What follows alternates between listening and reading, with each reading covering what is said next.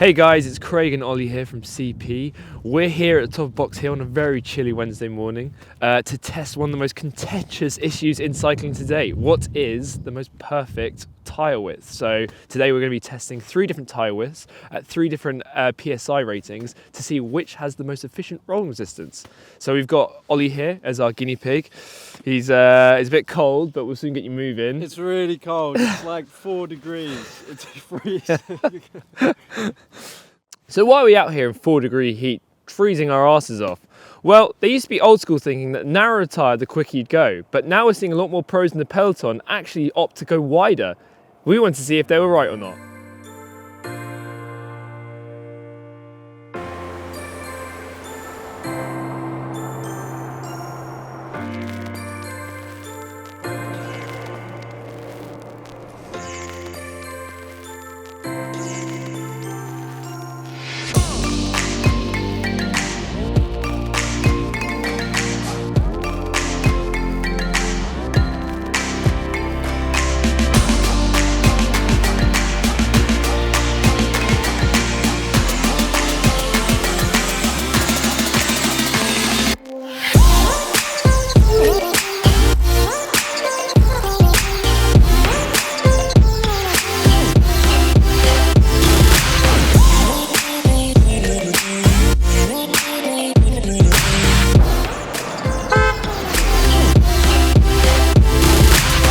So that's the 23s done.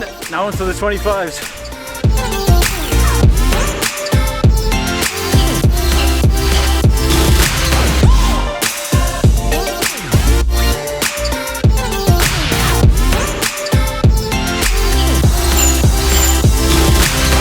Are we starving this or what? Pretty cold actually.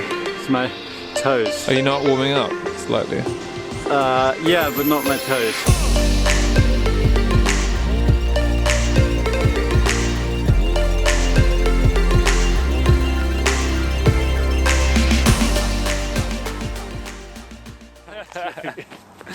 So do you think the test will be settled?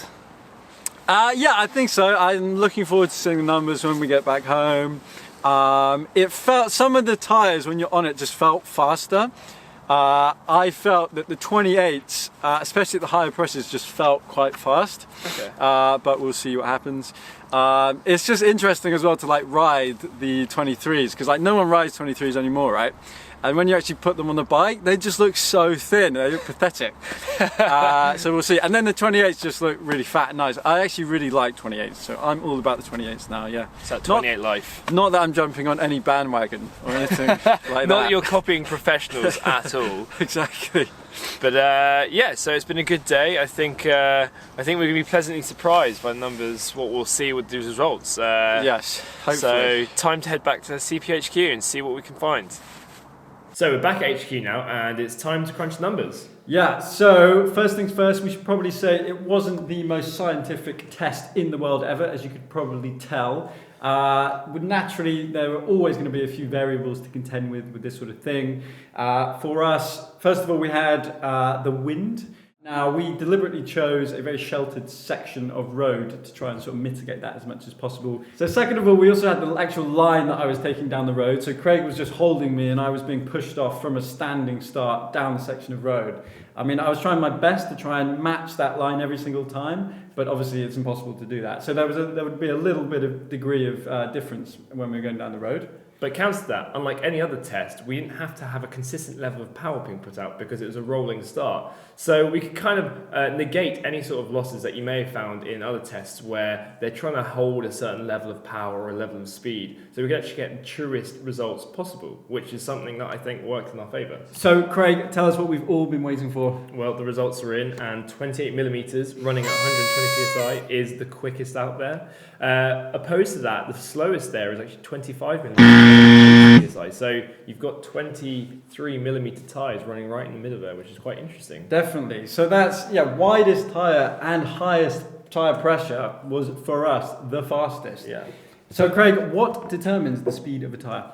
Well, one of the main things for speed of a tyre is its rolling resistance, or the energy loss during rolling. Another main factor is actually the aerodynamics, so the wider the tyre, the higher the drag coefficient, making it a slower tyre overall. So for a wider tyre then, what would you expect?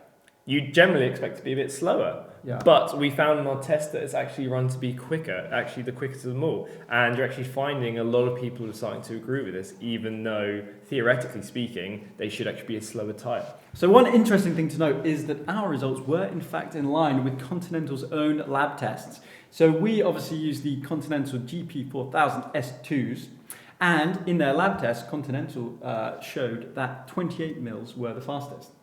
However, that was in the lab, so you didn't have the variables such as wind and the road surface, etc. And they actually found that on the road they weren't as quickly as their 25 millimeters, which we found to be some of our slowest. So it's quite interesting to see how the dynamics reverse. Exactly right. So to conclude, it's quite marginal stuff, but as you can see, there are definitely some time gains to be had here. If you take the data that we've got and extrapolate it to a larger ride, you can actually save some serious time. Plus the fact that wider tyres are generally much more comfortable to ride on, we definitely suggest going for them this winter.